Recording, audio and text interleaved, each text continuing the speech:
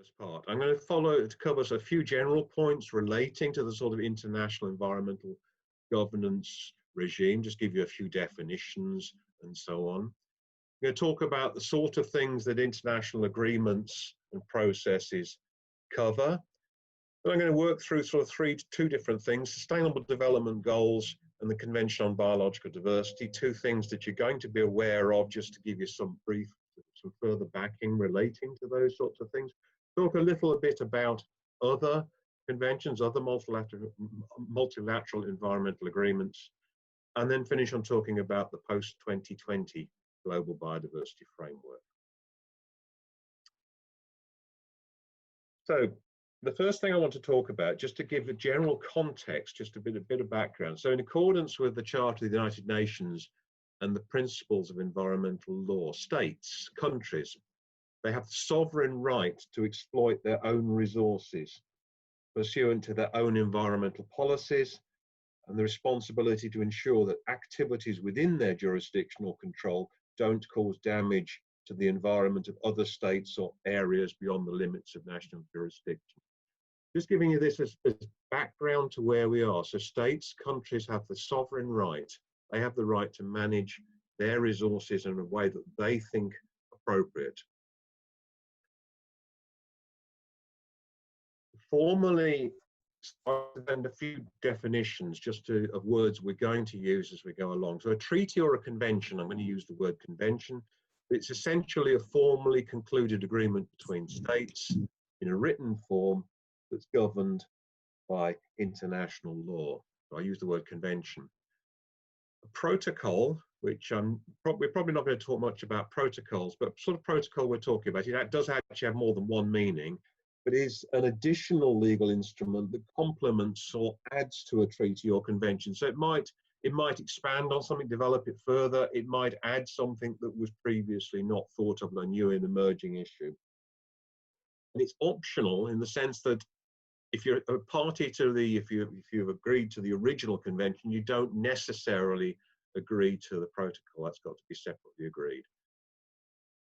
A multilateral environmental agreement is just a generic term for any treaty, convention, protocol, or other binding instrument related to the environment, which entails 3 or more states. So multilateral rather than bilateral, but it's a term, multilateral environmental agreement, or MEAs, which is often used as a generic term to cover everything. And finally, there's a declaration, which is basically just an agreed text setting aspirations, but it's not intended to be legally binding. So you don't need to remember all of this, but just to give the context to some of what I will say in a minute. So I'm trying to minimize I've got to, yes, got it. So basically there are 3 basic topic areas where international agreements and processes tend to be needed. Managing the international commons, or the areas beyond jurisdiction, that came up in at least one of your points then. And we're thinking here of areas like the high seas that are outside national jurisdiction, national boundaries, Antarctica, but these are examples of maybe other things that you can think of. Transboundary natural resources, as at least as several of you said in the points that you raised. So, issues like shared water bodies, migratory species, both of these are things that extend beyond the interests of a single state. So you may need an agreement in place to help deal with issues such as those. There are also, and that relates to that, the harm potentially caused by transboundary externalities, and that relates to the last point that Catherine added. Local actions have global consequences. So the potential for harm caused actions of one country causing impacts elsewhere. Wildlife trade could be an issue there. Invasive alien species, desertification, all examples of issues which are damaging but have implications beyond boundaries. And within these agreements on these sorts of things, the sorts of topics that might be covered are in those boxes down the right-hand side of the slide. And for any of you who are looking at slides separately, I'm on slide 8 now.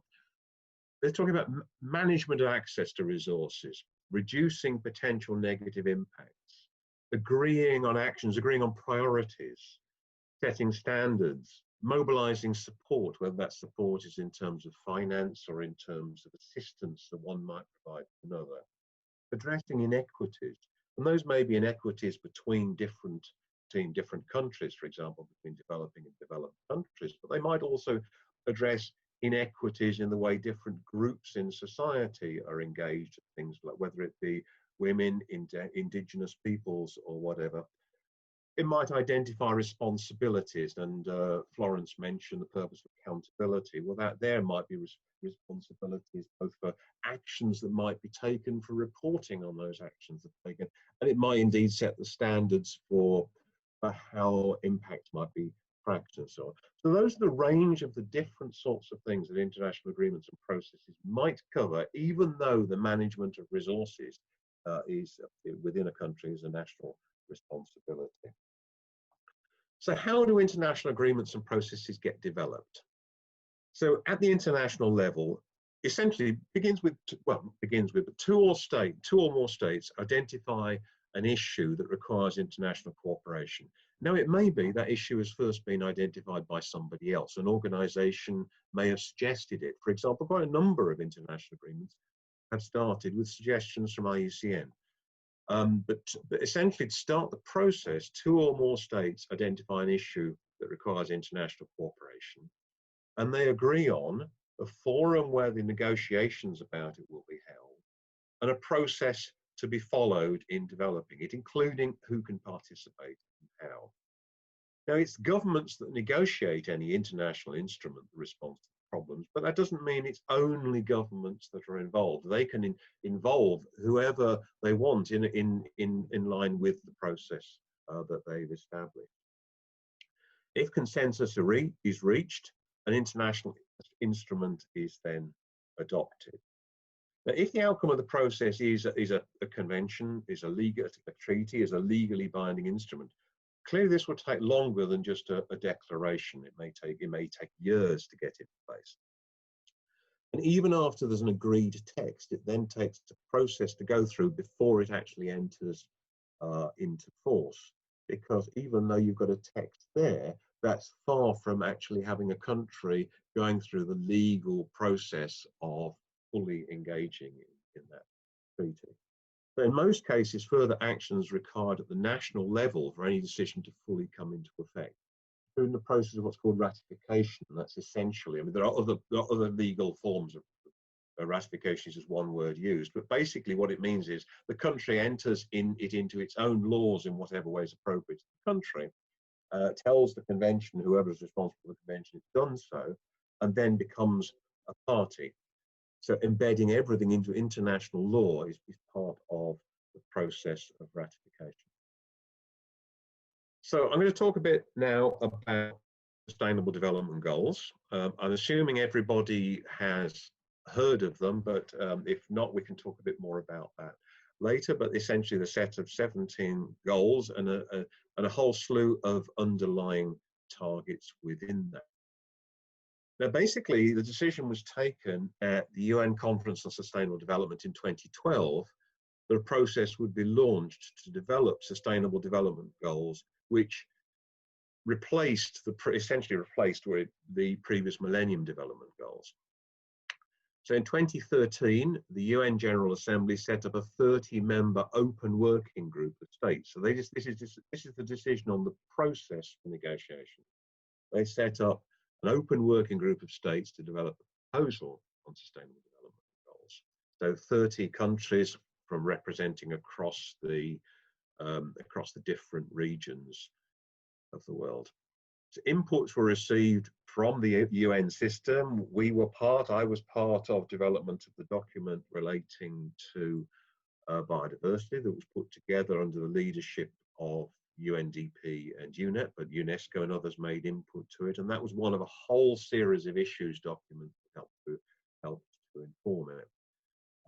And inputs were received from major groups, and that's things like thinking in terms of the different groups of potential stakeholders, including business, women, indigenous peoples, and so on, and from a range of other stakeholders and organizations. So lots of different people made input.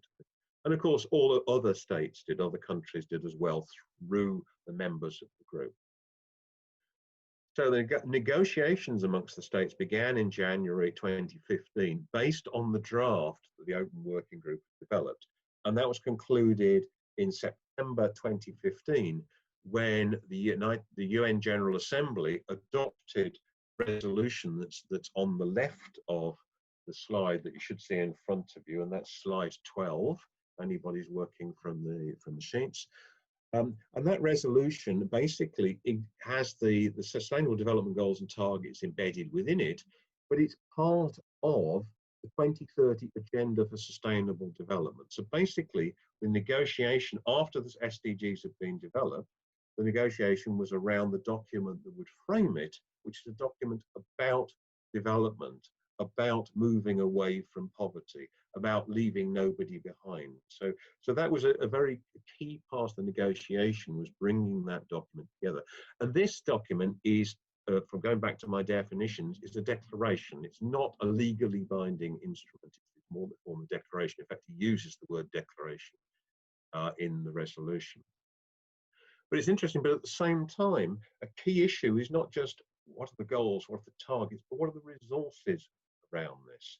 And over the same period of time, meetings took place on financing, which ended up with the Addis Ababa Action Agenda, which is the document on the right there, which relates to financing for development.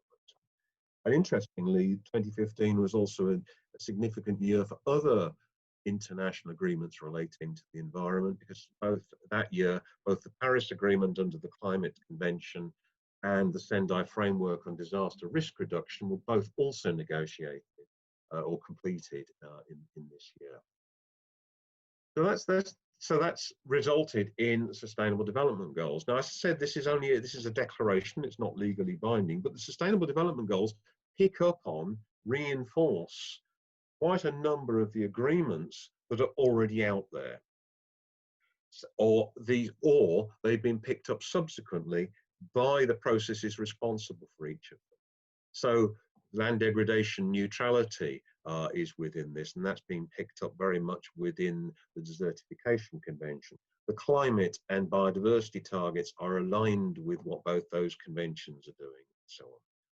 But the other key thing to remember about the Sustainable Development Goals is it's intended to be, it's voiced as a single whole package. You're not meant to take any one of these goals or targets and champion that without the others. And this is important to us because it's very important. We all understand how important it is that biodiversity, particularly thinking of 14 and 15, underpin most of the rest of them. And it's a message that keeps needing to be reinforced, but it's a message that was understood from the start when the Sustainable Development Goals were adopted, that this is part of a whole package, not separate. Now, although it's a declaration, countries very much pick up on this. They understand this. In fact, they report on it at the high-level political forum, but on sustainable development. But it's interesting that it's also picked up by other stakeholders. Yes, clearly NGOs and organisations like IUCN are very strong and pushing on these things, but it's also as a whole range of industry that's picked up on the importance of sustainable development goals as well. So it's been quite a formative, an interesting process there. So I want to move from that to the Convention on Biological Diversity. Now, CBD, Convention on Biological Diversity, is actually an older process. In 1988, the UN Environment Programme convened an ad hoc working group, but in fact, again, this is something that came, a lot of it, the early push for this came from IUCN earlier than that, leading into that. And IUCN was very much involved in some of the legal work that follows this. But it's essentially an ad hoc working group was established first to explore whether there was need for an international convention. And after their initial work, they then themselves set up an ad hoc group of technical and legal experts to draft a text. And in fact, some of IUCN's key legal people were involved in this ad hoc expert group after that. Once that legal text was established, the original working group was changed into an international negotiating committee, which basically took from 89 until 92 to prepare an agreed text of the convention. Now this text was finally adopted in Nairobi in May 92. Now, what adoption means is they basically got to the end. This is the end of the process. This is the text. We agree that this is the text. And that's what an adoption of a text means. And then it was opened for signature in Rio de Janeiro at the Earth Summit in 92. Open for signature means basically this is the communication point. This is the bit where we jump up and down and say, yeah, we've got a new agreement. And the picture you see there is the then Prime Minister of Norway, Gro Harlem Brundtland, who was actually led the Brundtland Commission, which is the first big process looking at sustainable development. That's her signing signing to the convention essentially, together with Mr. Patolba, the Egyptian, who was at the time the executive director of the United Nations Environment Programme. And you know, this is quite a big publicity event, and I could have shown you a picture of the president of Kenya, because that's in the same archive signing at the time, Moi. But this picture was actually clearer, which is why that one's there. But so then after this, but even signature doesn't mean the countries need to abide by it. For example, the Biodiversity Convention, the US signed the convention, but they still actually haven't ratified it. They're still not a member of it. But the convention entered into force in 93. What that means is basically with this convention, you needed 30 countries to have ratified. 90 days after that, the convention came into force. So basically the convention has been going proper now since 1993. So how does the convention actually work? I'm on slide 16, if anybody's following on paper. So the convention has sort of various component parts. It has the parties. The parties are those governments, those states, who have ratified the convention. Otherwise, they've fully endorsed it and it's embedded within their national legislation. The decision-making body of the convention is the Conference of the Parties. Now, the Conference of the Parties is where the members of the convention, the parties of the convention, come together to take decisions. Now, it's an open-ended meeting in that anybody can with the CBD, anybody can actually participate in these meetings, but it's only the parties that do the negotiation and decision making. Others can participate. The Conference of the Parties is supported by a number of subsidiary and advisory bodies. Essentially, there are four. The subsidiary body on scientific, technical and technological advice, and it's fairly obvious what advice that body gives. So the subsidiary body on implementation. Both of those are standing bodies, and again, they can be anybody can participate in them unless they're explicitly excluded, but I'm not sure that's ever happened. Then there are two what's called open-ended working groups. The first on Article 8J and related provisions, and that may seem a little bit like code, but let me just tell you that's to do with traditional knowledge and representation relating to indigenous and local people and the issues surrounding that. The other open-ended working group is on development of the post-2020 Global Biodiversity Framework, and I'm going to talk about that a little later. Now, none of these bodies make decisions in their own right. Everything these bodies do are recommendations that go into the Conference of Parties. So the Conference of Parties that take the decision based on advice that comes from these bodies. Now, there are a number of ad hoc and other informal advisory groups. They vary in form and they vary in the extent to which people can engage, because these tend to be smaller bodies that people engage in. And then you have the Secretariat. The essential responsibility of the Secretariat is in keeping the process going. You think of it mainly as it's the body that makes sure all the meetings take place, that people can get to the meetings, and so on. Now, I've had a question from Kate regarding which countries are represented in a working group, even when the convention is initially being explored.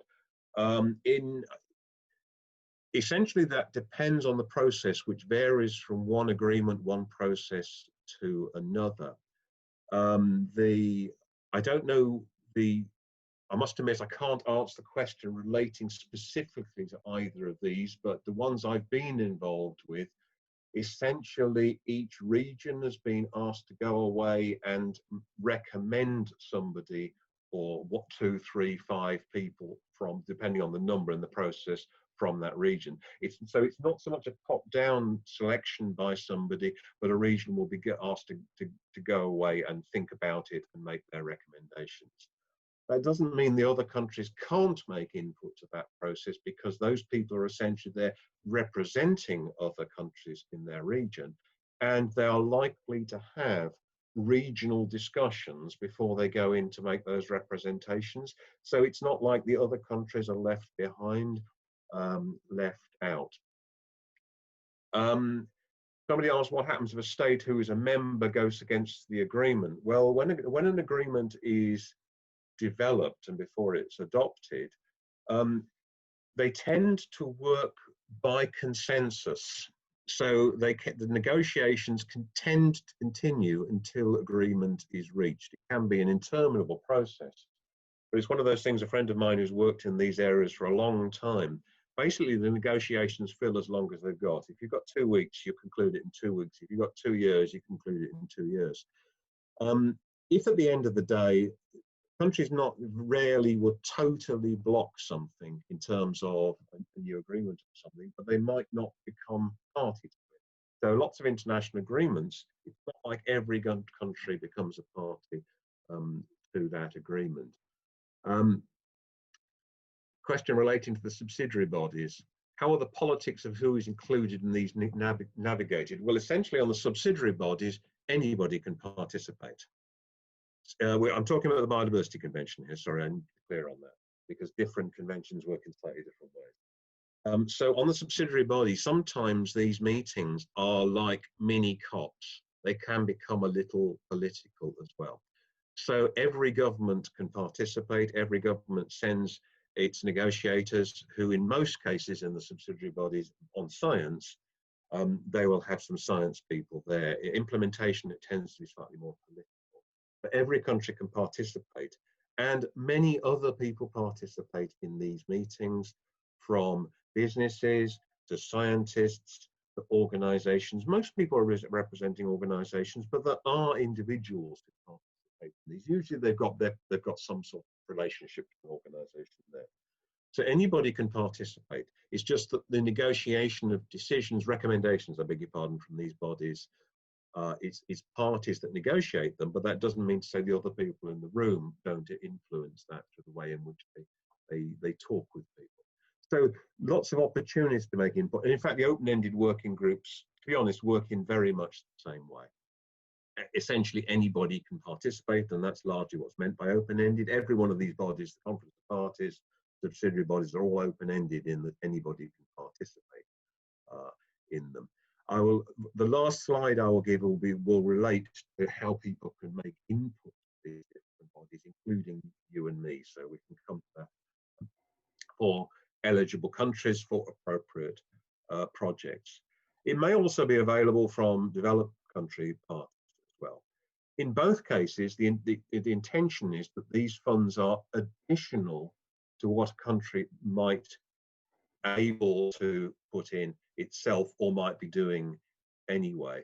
But financial support, capacity building is a big ongoing issue in the context of the discussions of the Biodiversity Convention, and indeed of any other of the international agreements and processes that suggest that countries should do something, because there are many countries there that need that additional support in order to be able to do the breadth of what's being asked.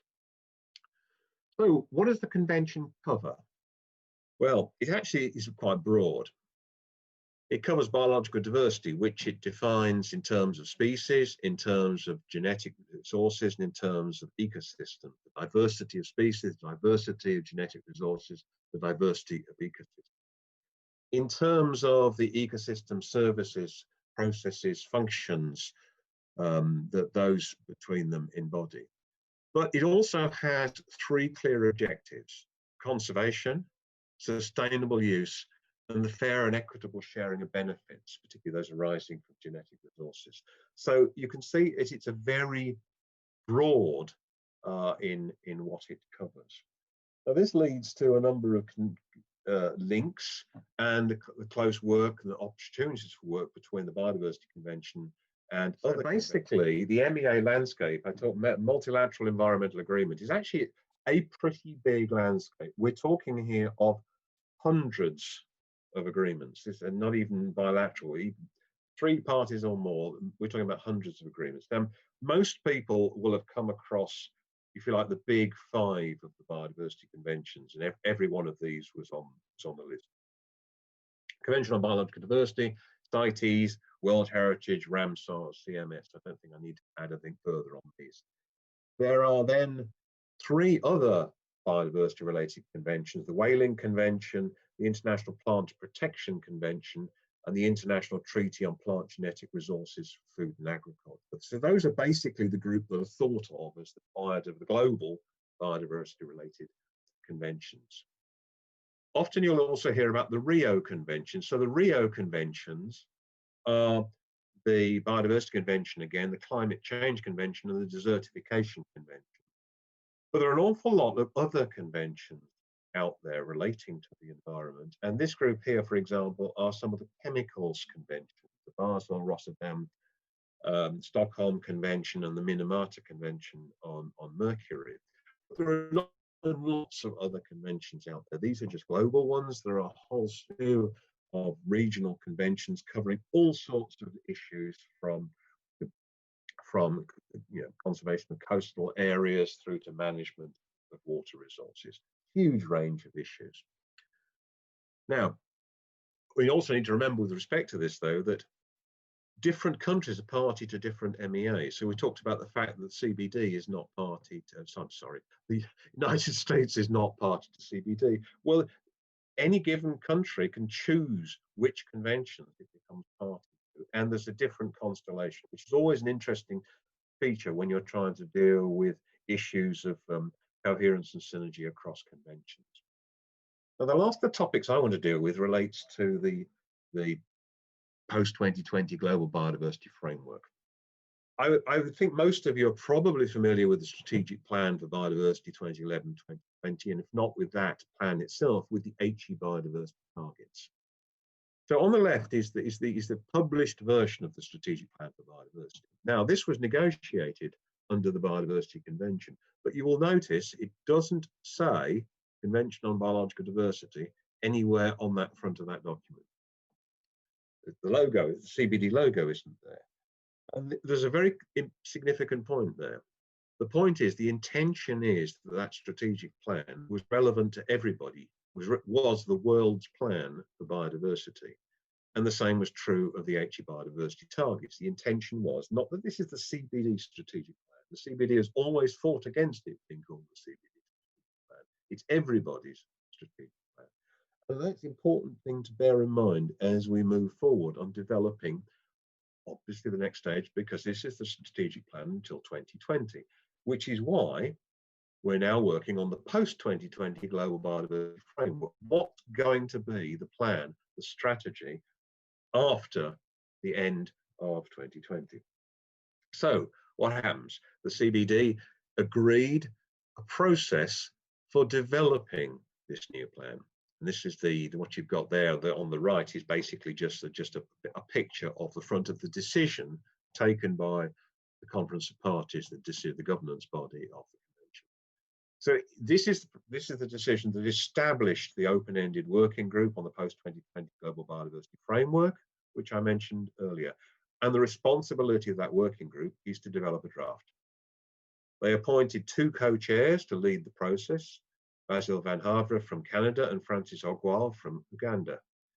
Basically, they decided they wanted something that's very much led by countries, which is why they decided to identify people from 2 different countries as the clear lead of the process.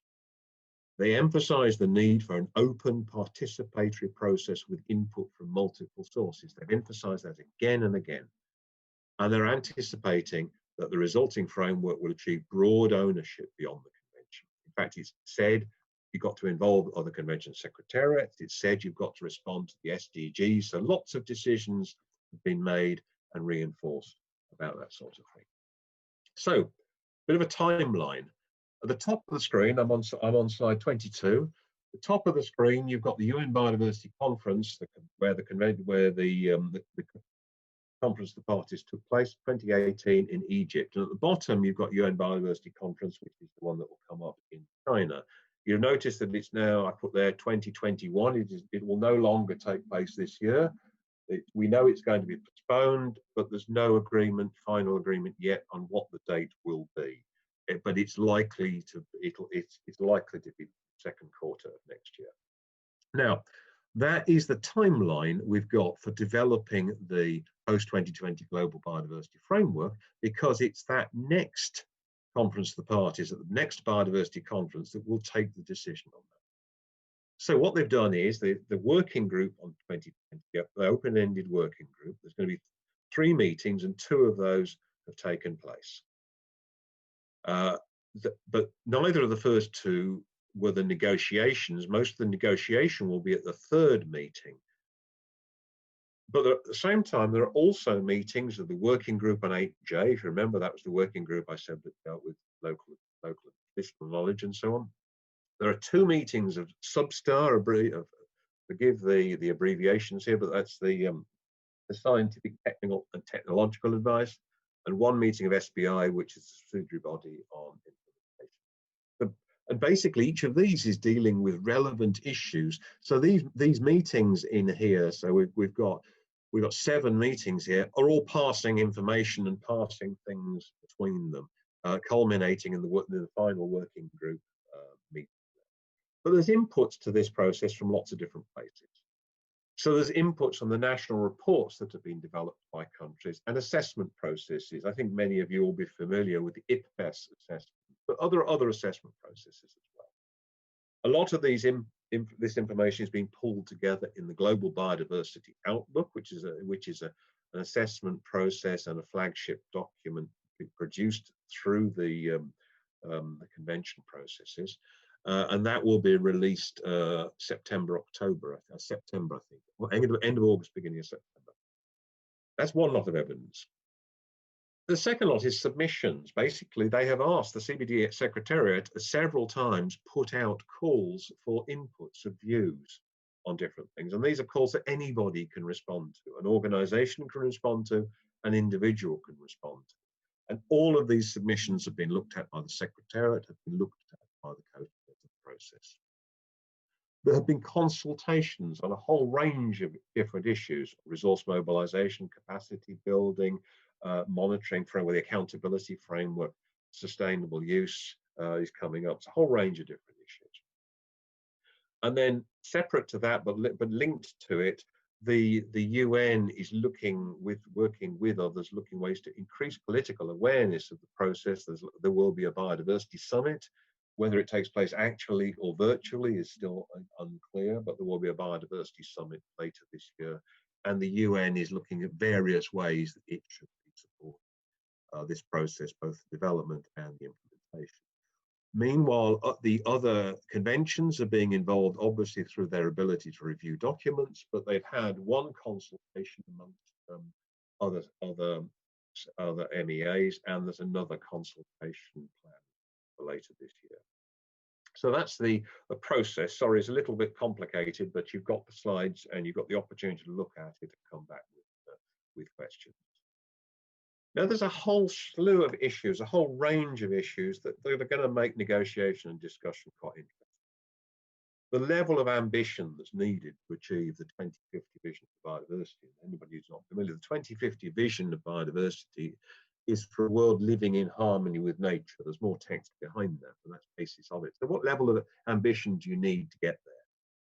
Integration across all the aspects of the convention. From that slide I had earlier, with all different types of biodiversity and all the conservation, sustainable use, fair and equitable sharing of the benefits. But all of this needs to be covered. There's a relationship with other processes, including other conventions, SDGs. There's how to deal with the issues of mainstreaming, national planning, the integration into other sectors.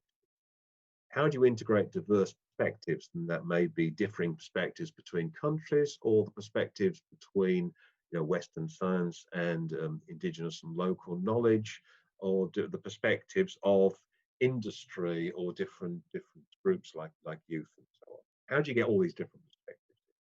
How do you deal with accountability, including review, reporting, indicators? That needs to be in place in order to track it. How do you deal with ensuring the necessary resources and capacity building are there? Because if that isn't dealt with at the same time as the negotiation on what the framework should look like in terms of the targets, it's not going to get adopted. So it needs to be an integrated discussion process. And what means can you use for encouraging a greater commitment from all key players? And here I don't just mean the states, but I do mean other sectors as well. There's a whole range of different issues behind that are part of this discussion, which is going to make the next and what should be the final meeting of the open-ended working group a very critical one, but a very interesting one, and it's going to be difficult to see. We're still wondering how exactly that's going to come together. So pretty much my final slide here is, what are the opportunities for input to such conventions and processes? Now, I'm not just talking about the post-2020, though obviously this relates directly to that. But how can you make input to any of these processes, whether you're thinking in terms of representation as you a scientist, or you an organization, your university, whatever it might be, or you as part of an association you belong to? You've got opportunity to make input through comments on documents that are made available for review and submit reviews when asked. On post-2020, they've made documents available for comment, but they've also asked for expression of views. When meetings coming up, they very often put out in advance of the meeting draft of the meeting documents for peer review. They're just about to make available the documents relating to indicators, for example, post-2020. So commenting on documents or making submissions of views. I've just been asked by Kate, how do you identify when and where documents are available for comment? Essentially, that obviously depends on which process you're talking about, because different ones make it available in different ways. So the CBD makes the documents available on their website, and they send out notifications of when that information is available and when that's pulled for. Those notifications go to essentially whoever's registered for them. I'm not actually sure how you do that, because I was registered very early on. They're also sent out to all national focal points, but any organization that's already on the list gets those regularly. I get them regularly. But also, many of these documents are posted in standard places so that you can go and look for them. So I can send links of the ones that I'm aware of after we're off. The post-2020, Lucy's asked about keen on keeping track of engaging in the post-2020 framework. The web link is on the very last slide, Lucy. So it's the Biodiversity Convention, then /post-2020 with no hyphen. And if you explore that, you should find all the links relating to that. But if you've got any questions relating to that after you've looked at that, please come back to myself or Danny personally to ask. So you can directly participate in meetings where you can inform and potentially influence those who are negotiating. Now, just relating to this, so an example here is that myself and a number of my colleagues regularly participate in every one of the CBD major meetings and most of the smaller meetings as well. And we can make interventions and say what we think, but actually far more powerful often is chatting with the other people there, and chatting with the people who are on national delegations. Because remember, it's the people on national delegations who actually make the decisions. But those are the people that need the information, if you like, that need informing. So the next point is providing information that helps support the process, informing negotiators on issues of relevance. Now, let me emphasize that point, issues of relevance. You might have something that you think is really, really, really important, but if it's not on the agenda of the meeting and they're not thinking about it, it's not at that point in time relevant. So what you need to do is to find ways to make what you're thinking about relevant to that person that you're talking to and to that process, so they pay attention to it and pick it up. So in any meeting where you might be making an input, it's important to look at the agenda for that meeting and think about what you're concerned about in the context of the agenda for that meeting. Yes, you can make new issues and bring new issues up, but it's less likely to get immediate traction. Seeking opportunities to make presentations to those engaged in negotiations. So many people, in terms of the big biodiversity meetings, will think about presenting in side events and so on. Side event being a meeting that's in the margins. That's all well and good, but a side event is what it says. It's a side event. So it's no good unless you actually ensure that it's relevant to the meeting and that you get people that you want to inform to that meeting. And that's, it's no good just going to these meetings and talking to your friends. You need to ensure that the people you're trying to influence, if I can use that word, also come and listen to you. So it's about not just thinking about the information you're conveying, but the strategy behind it of bringing those people together. So in terms of reaching out to policy processes, think about your strategy as well as the information you're trying to get across. Very often, an effective way is engaging through associations, organisation of which you're members. That may be an NGO, it may be an organisation like IUCN, it may be anything else. But many of these sorts of groups also have their own participation in these meetings, but they also have well-oiled machines for engaging with the process and reaching out to the people in the process. So those are a range of different ways you can make input to these processes, these conventions. And these are all ways, apart from to some extent the last one, all ways in which my own organisation makes that engagement and intervention. We have one or two additionally opportunities in that we also work very closely with the Secretariat in helping to manage some of the processes and helping to get some of the work. So we have an additional opportunity in terms of supporting the Secretariat in developing documents, and we also work very closely with parties in bringing together discussions and negotiations. But that in part is because we're non-advocacy in terms of we don't advocate a particular position. We advocate the use of knowledge, but not a particular outcome from that use of knowledge in the way in which we engage.